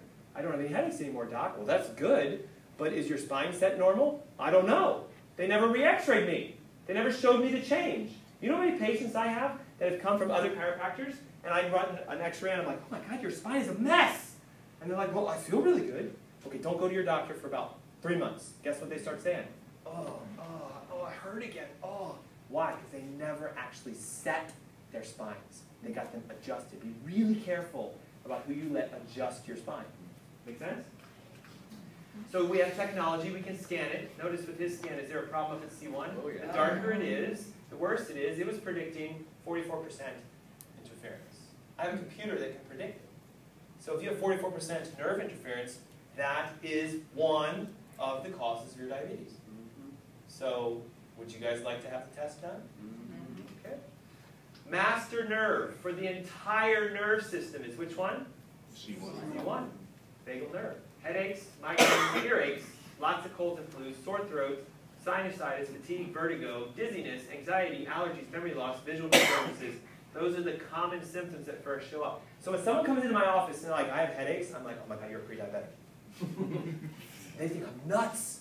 Oh my God, you have precancer. Oh my God, you have headache? Oh my God, headaches! And they're always like, Doc, it's just a headache.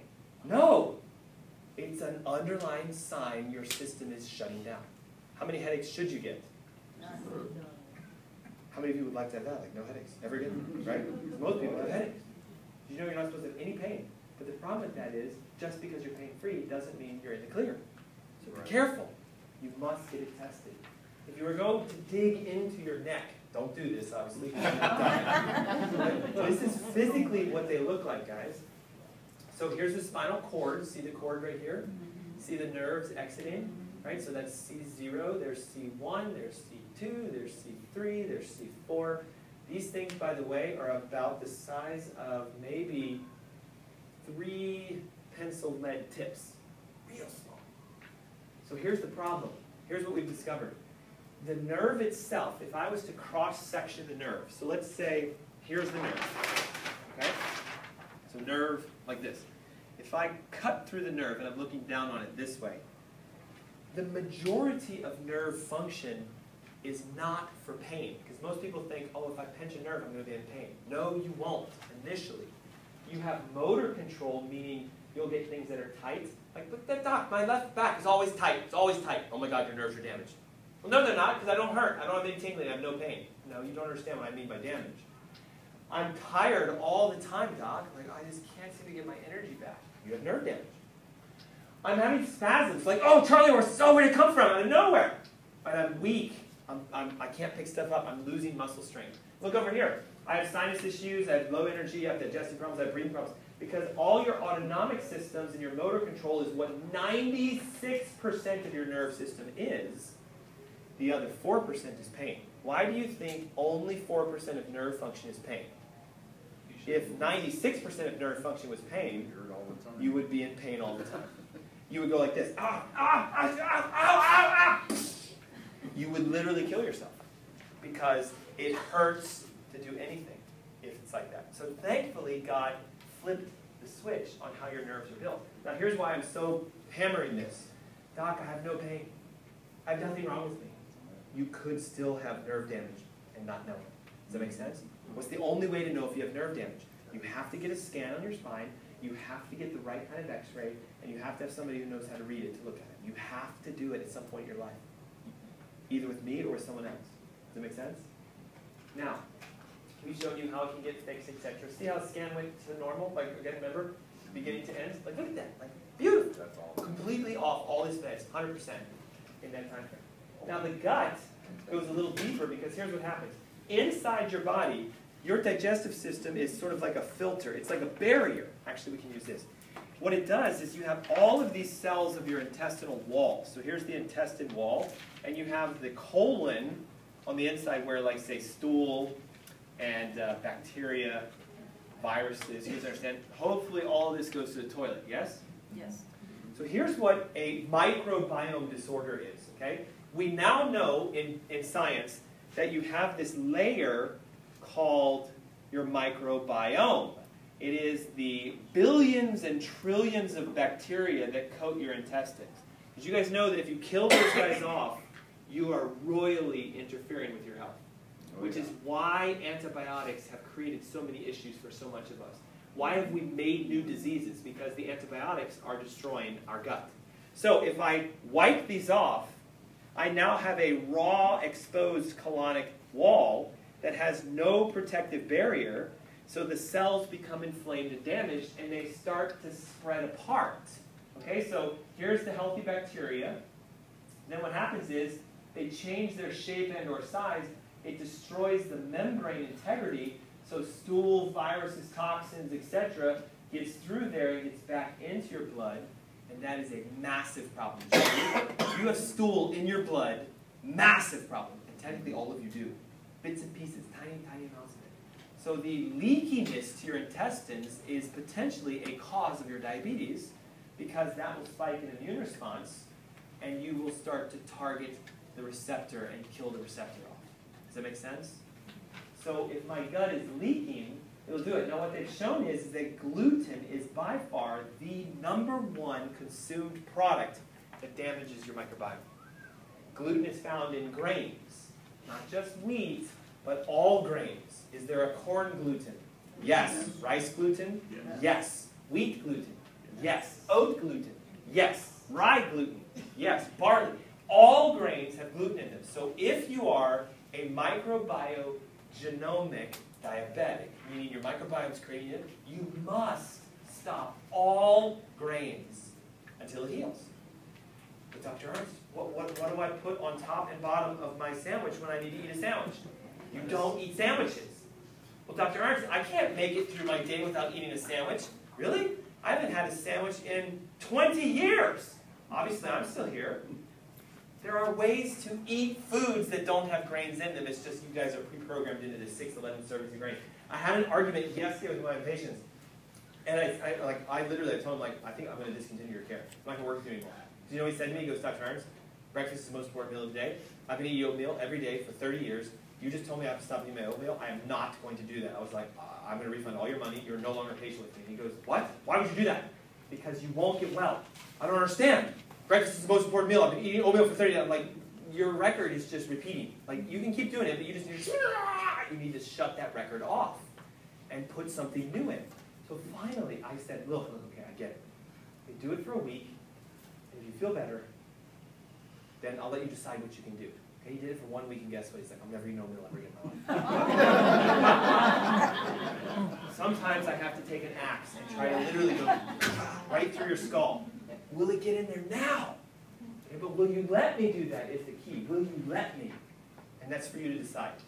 We know it creates inflammation. We know when this stuff gets through you that it creates more issues. And the problem is this.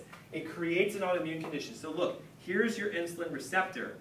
What happens if you make an antibody that floats around and goes, destroy that thing, get rid of it? The insulin cannot do what? And so what happens to sugars? And so you're labeled as a, well, what's the cause? A gut issue. So how do we test for the gut stuff? Well, we can just look to see what's going on. Do you have arthritis? Any joint aches in the morning, more specifically? When you wake up in the morning, are your joints hurting? Yeah. You have a leaky gut. Guaranteed. Are you a thyroid patient? Is there something wrong with your thyroid? Have you been diagnosed? Guaranteed you have a leaky gut. Do you have constipation, irritable? Are you fatigued? Do you guys understand this? Yes. These are the underlying symptoms. Here's the #1 easiest you can tell me right now if you have it or not. When you eat lunch or dinner, do you guys all of a sudden go like, oh, like this clear liquid's coming out of my nose? Leaky gut. Leaky gut. Guaranteed. Because what it means is your body's inflaming itself and going, whatever you're eating, I need out of you right now. And it's starting to actually leak out of you because you're inflaming your gut when you're eating. Can we run a more specific microbiome test? Can you go back to that? Yes. Can we run a more specific microbiome test? Yes. Here's the beauty of it. It's in that $2,300 panel that I might end up paying for you guys. Does that make sense? So, are we good? Can I go to the next one? Yes. So when I run a panel for your gut, I'm looking to see how much bacteria do you have. Are you overgrown with funguses and yeasts? And again, remember, normal is to have the dots here. Where's this person? Whoa. Whoa. And they're not detoxing properly. And that's highly toxic liver right there, just so you guys know. Highly toxic liver. So I'm telling you, I can run a lab and go, that's your cause. Here's all you need to do to fix it. Isn't it amazing? Like, to me, it's like so amazing. And it works all the time, except it doesn't actually. It doesn't work when this happens, right? I'm not saying you would do this. Okay, I found this. Here are these 3. Here's the 3 to fix it. Here's everything you need to do. Things going to take you about 8 weeks. I want you to do this, and then this, and then this, and this, and this, and this, and this, and this, and this, and take this, and do this, and do this, and do that, and do this, and do that, and do this. And she's like, I can't do that. Then it doesn't work. Does that make sense? Or, I don't want to do that. Or, how about this? What if I chunk it down into like, let's do 2 weeks at a time. Do this for 2 weeks. And then let's check in. Do that for 2 weeks. And then let's check in. And then do that for 2 weeks. And let's check in. Now what have I done? I'm making it easier for her to do, but I already know the whole picture. And I would make sure that you pull it off, because that's what I do for a living. That's why people come to my office. Because they're like, I'm overwhelmed. I don't know how to do this. I'll show you how to do it. Okay? Go to the doctor, right? How many of you have tried this, right? Hey, doc, do I have a leaky gut? Seriously, they're like, what? What? What? Do I have increased intestinal permeability, which is their term? I don't know. Can you test me for that? Well, we don't have a pill for it yet, so why would I test you for it? Now, this is going to shock your world, guys. Big Pharma is making a fecal pill because they're trying to make a genetically modified microbiome for you. Kid you not, I'll show you the research for it. So let's look into the research, right? This is where your doctor's supposed to be spending the majority of his day anyway, right? He's supposed to be staying up to date with current literature, right? Do they do that? No. They have way too many patients. There's too many sick people in the United States, so they don't have time for it. The microbiome as a targeted prevention and treatment for what? Huh. They're actually studying this, saying if you fix your gut, your diabetes is going to go away, guys. It will go away. This one says type 2 diabetes and gut microbiome. What do we know and what do we not know? Well, we know it's connected to it because we can see all this stuff, but we don't know how it's connected to it, so we're still stuck. We know it's connected, but we don't know how it's connected. We're just going to keep figuring it out. This one says, what if the gut microbiome could be a targeted treatment therapy? What if we could, watch, what if we could change your microbiome? What if we could give you a bacteria that would reprogram your gut? Could we make your sugars go down but keep your insulin high? So then they start going, well, I wonder if it works for type 1 diabetes. Oh, it shows some promise in rats and cats and mice. It does work for type 1 too. This is good.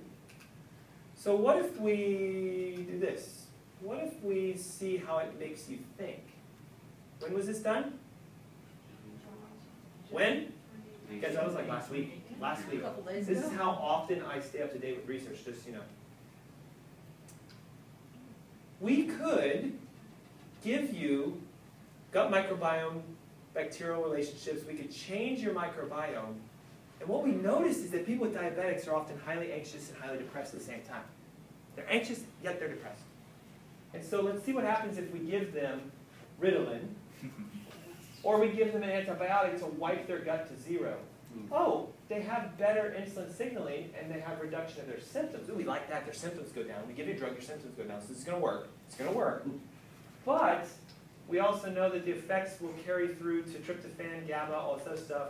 So you're going to feel like you're different, and the gut microbiome actually changes how insulin works in your brain, and thus leads to an altered neurobehavior. Oh, we could make you think something. Kid you not, you're trying to program your brains by genetically modifying your microbiome with a fecal pill. Be very careful about what you take, because they're not going to say, here's your poop pill. They're going to put it into your cholesterol drugs. They're going to put it into your thyroid drugs. They're going to put it into aspirin. They're going to put it into Tylenol. Because they now know, if I fix your gut, I can change the way you think. And I can make your insulin stay high, but I'll make your sugars go down. Diabetes will go away, but now I own you for the rest of your life. So, that was chipper, wasn't it? This is why you have to unplug yourself from the matrix. You guys have to become your own doctors. I hope you do this. I hope you do this, okay? Chemical stressors, right? Watch this. They're now saying toxin-induced insulin resistance is real. They're calling it TIIR. Toxin-induced. What the heck does that mean? It means that not just some sort of, say, like autoimmune disease. Here's the membrane, right? See it? Membrane. Cell. Remember this? Insulin receptor. They're saying, well, if something's inside of here blocking this, the receptor could still be there, but insulin can't do what? Can't get in. So sugar, could that cause diabetes? Yes. You better believe it. In fact, it is about a 33% chance that that's what's causing it for you right now. Okay, what are the toxins? Well, according to the National Toxicology Program, we're realizing that it has to do with everything in this world. BPA, plastics, pesticides, heavy metals, chemicals found in cigarettes, all kinds of stuff, right? 30 to 35% of diabetes is because of this. Now here's the problem with it. If you have this, and you take metformin, what are you doing? You're increasing your toxicity, meaning you're making that condition worse. You are actually giving yourself more diabetes by taking your drug. So if you are a TIIR, you have to actually stop your drugs today. But you have to have somebody who can help you through that, right? You have to either work with me or work with your doctor. The problem is if you go up to your doctor and you say, Doc, I want to stop metformin today, they're going to say, no, don't do that. You will die. Don't do that. So you have to have a holistic, functional practitioner coach. This is what I do, guys. This is what I do for a living, okay? So where does it come from? Watch this. If you have an amalgam filling in your back 2 molars on the upper jaw, up here, back 2 molars, if you have amalgam fillings there, you are directly toxifying your pancreas, your stomach, and thyroid, and your breast. Now watch this. Where are most fillings in most people? And those back top two, or the bottom two, right? Bottom two, by the way, go to your lungs and your intestines. Don't we have a lot of lung cancer and colon cancer in the United States? Don't we have a lot of thyroid issues and breast cancer and stomach issues, reflux and diabetes? Okay, I hope you're okay with this. The medical research says we know about this. We know it exists. We know that mercury and lead and thallium can cause toxin-induced insulin resistance. Metals in urine and diabetes, endocrine disruptive effects of mercury, relationships between concentrations of heavy metals and bioelements in Asian men with metabolic syndrome, aka diabetes. The more metal in your blood, the more you block your receptors, and the more you have a cause of your diabetes. Now here's the risk. If you have the amalgams in your mouth, and I do a metal detox, what happens? You're just pulling it out of the tooth and putting it back into the body. You might have to get that filling taken out. Dr. Ernst, now you're talking like so much money. Do you guys know how much your body's physically worth? Does anybody know? What dollar amount are you worth? If you were to sell yourself, how much can you sell yourself for? The FBI knows this, by the way. Wow. Because of the black market of if you sold your left eye, your right eye, if you sold your heart, if you sold your lung, your kidney, your skin, you are worth $9.2 billion, according to the FBI's black market list. Now, is a couple $100 to run a test to find out if you have metals worth it for a $9.2 billion body? I think it is. You guys have to decide how much you're worth. Some of you, unfortunately, have such low self-worth that you'll be like, a $50 test, I can't do that. I can't afford that. Because you don't have the self-worth to say, I will figure out. I don't have some money, but I'll figure it out. I'll stand on the street with a sign that says homeless. Did you guys know they make, you know how much money they make per day? Somebody tell me, how much they make per day? National stats, huh? Literally they make $600 to $800 a day. $600 to $800 a day, standing at the corner on the street. How many of you would say, I don't care what I have to do, I'll say I'm homeless. I'll dress like I'm homeless, I'll put a homeless sign up and say, I'm homeless, to make $600 a day to go get a test for your mercury. Would you do it? I will. Would you? You have to decide, not me. Don't tell me that you don't have the money. What you're telling me is, I don't care enough to go get the money, Dr. Look at this. The amount of Roundup used in the United States, glyphosate, by the way, sprayed onto plants like corn and soy, is the yellow lines. You guys see the yellow lines? Now watch this. The incidence of diabetes is this. Do you notice that it is basically following it exactly? So non-organic fruits and vegetables cause toxin-induced insulin resistance. But Dr. Ernst, I can't afford the organic. I'm sorry, today it is no option. You have to stop eating conventional foods. You have to, because they are being sprayed with Roundup, and they are secretly poisoning you. Secretly. How do we find out if you're super toxic? Well, you can come to my office, you can stand on a scale, it measures how much you weigh, and it shows me your percentage of body fats, but the best part of this, it shows me where is it. Leg has 15 pounds, 15 pounds, 5 pounds, 4 pounds, 38 pounds. Let me ask you guys a question. If this person has 78 pounds of fat on their body, and 38 of it is in their abdomen, do you think that's normal? No. No. So here's the golden rule. You have a leaky gut, and you have a toxicity issue if more than half of your total body fat, not weight, fat is in your abdomen. Now we can also look and say, well, you weigh too much, you have too much fat, you're dehydrated. That tells me the global toxicity levels. Does that make sense? Now, can all this stuff be fixed? Yes. Can we pull toxins out of your body? Yes. You can take things that naturally pull mercury out. You can take things that pull lead out. You can actually clean out your diets. You guys can do this. It's really not that hard. We have an article that the famous, world-famous Tom Kershaw wrote on how to do this on $10 a day or less. It's really not that expensive. But here's what. You've been programmed that to go organic, to do natural, to detox is what? It's expensive. That is the lie they are telling you because they don't want you to do it. You guys see what they're doing? So they want you to think to go organic is going to cost you your life. You're not going to be able to afford to eat organic. It's not true. You just need to learn how to do it. So this one's fun, and then we're going to take a little breather here for a moment. And I want you just to listen to this so you can hear these numbers. Hey guys, I'm so excited. I have Pam here, and we have something incredible to share with you about what's been happening with their sugars. So I'm going to let you share the story more just because it's so transformational. So. Okay, well, I was diagnosed by my regular primary care physician of having diabetes type 2. My sugar at that time was 396, and my A1C was 12.7 according to his test. And I came to see Dr. Ernst because my doctor told me there was no hope. He immediately wanted to put me on metformin. I called him and said, can I just not take the medication, do something else? They said it was impossible. You have to take metformin. I said, can I do it with diet and exercise? Anything else? There's nothing else you can do. You have to take the metformin. And so I didn't feel that that was where God was wanting me to go. So I met Dr. Ernst on April the 19th. He ran his own blood test and showed that my blood work was 9.1. When I emailed him, I felt like I had no hope. And he reached out to me and he gave me hope.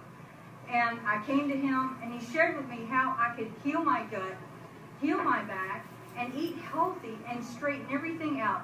And my success story is as of today, I got my blood work back, and my A1C is 5.7. Yeah. I get the 90 days. Ministry, because this is a 90 ministry. days. I'm not just a person or a number. I am a sister in Christ to him, and he cares about my whole health. And so let me ask this. When you were at your medical office, did they ever test your gut to see if there was a bacterial relationship to what was going on with your sugars? Did they run like a detox test to find out if you had toxins or any issues? Did they take x-rays of your spine looking at the nerves that go to your pancreas or to the areas of your intestines? Blood test only. Yeah, and so the challenge is, of course, in their world, there is no cure because they don't test for the cause. When you actually get cause tests done and you fix that, of course, the human body has the ability to heal itself. So what a great, great story. What would you say for those who are watching this video about if they have diabetes, or even if they don't even know that they have diabetes, what would you say to somebody who's looking for a way out? I would come to Dr. Ernst. He runs a full panel, gets all the answers instead of just a small view. He gets the whole panel done. So you know exactly where you're at. And then he gives you a plan fit specifically for you to get you to move forward to meet your goal of where you need to be wholly healthy. Yeah, that's beautiful. Thanks so much for sharing. So what I want to do is show you what is this panel that I do. Is that okay with you guys? Mm-hmm. So did you hear, though, how she said 396, 12.7, medical test. I ran it, 9.1, more specific, because I'm looking for a tighter relationship to it. And then we did gut toxins, neuro. 3 legs of the stool. You guys see it? Gut toxins, neuro. She tested positive for all 3 of them, which kind of makes sense. I mean, come on. Really, really bad. Like, oh, is it just the toxic induced? No, it's all of them. Can that happen? Can you guys have the trifecta? A lot of you do. Okay, so how do we test this to get us to know what to do to make that happen in 90 days, okay? First, this sort of, excuse me, panel. We have to do the right blood test. Because in the medical world, they only do A1C and blood sugar, right? So I got to do the one that has C-reactive protein, homocysteine, vitamin D at the minimum. But there are other inflammatory markers we can look at, okay? So we do something called a functional blood test. It is about 9 pages long. Most medical labs are like a page and a half, 2 pages. And they tell you basically meaningless numbers, okay? If you go to LabCorp and you ask them outright, it is about 800-ish. I've seen it as high as 1,300, depending upon your insurance, for just that test by itself, okay? Then we do something called a functional urine, which is the panels that I showed you, remember? First, second, third, fourth, fifth, burning fat, burning sugar, energy, microbiome profiling, all that sort of stuff. Does that make sense to you guys? And this thing is about 13 pages long. And again, it's 2,300 is supposedly the retail. I've never seen anybody ever pay that ever. But if you ask for a discount, it's like $1,300 bucks, something like that. Just so you know. Then we have to do the neuro, which is the x-rays and the scans. You know, so like, here's the thing that has kind of unfortunately happened in the chiro profession, right? They usually give that stuff away for free, don't they? And they'll give you a massage as well, because they're like, we have no clue what we're doing like with marketing, so like you probably don't even know you want to take an x-ray. You know you want a massage. So buy the x-ray and we'll give you a free massage is what they do. Like, watch out for those kind of chiropractors, just so you know. Okay? Or they'll be like, it's $40. Because technically x-rays are between $200 to $300 per region. So if I take 2 in the neck, 2 to 300, 2 in the back, 2 to 300, it's about $400. Again, I'm giving you, what would you pay if you say, Doc, will my insurance cover this? Okay, just so you guys know. Then we still have to do the nutritional assessment, right? Which is the scale to see where your fat is and everything else, okay? Then we have to do that, the urinary thing that I do later, after 6 to 8 weeks. So remember the meta-oxy one with the colors? Okay, so this would all be on first visit. Make sense? Test everything. Let me see what it is. Come back for what I'll call visit 2, which is then for me to go like this. Okay, what's your first name? Kathy. Okay, Kathy. Your functional blood says this. Your urine says this. Your spine says this. You are a blah, blah, blah, blah type of a diabetic if she has diabetes, or whatever, right? It's neurogenic, it's toxigenic, it's dietogenic, it's this. And I know I'm using huge words. I'll scale them down. This is what's causing your problem, okay? I'm going to give you a free treatment. I'm going to do this for you. I'm going to tell you everything to do, but I need you to do it, okay? Will you do that for me? Great. Okay, I would like to see you in 1 week for visit 3. Now, visit 3 is special. I'll talk about it in a second. If you have an adjustment that needs to be done for the x-ray, we'll do it here. If you have something nutritional that you need to do, I'll give it to you here. If something's high on your lab and you need to do something to correct it, I'm going to tell you what to do, and then I'm going to retest you to see how you reacted to it, so then we can talk on visit 3 to say, okay, well, here's where your vagus nerve was before. We did the adjustment. Here's where it is now. Or go do this fast, or do this diet, or take this supplement, or go do this. This is the thing you need. You need this.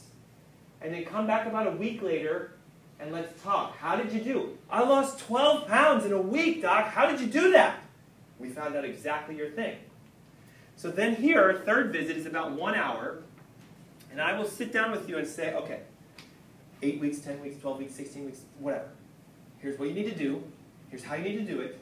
And you're going to want to know the most important question, which is what now? How much does this cost? And usually you guys will secretly ask me by going like this. Is my insurance going to pay for this? Here's the thing. They're not going to pay for it, meaning you have no out-of-pocket expense. They might reimburse you a little bit for it. You might have an FSA or an HSA that can help you with your expenses for it. But will you guys have an expense for your health? Yes. Yes.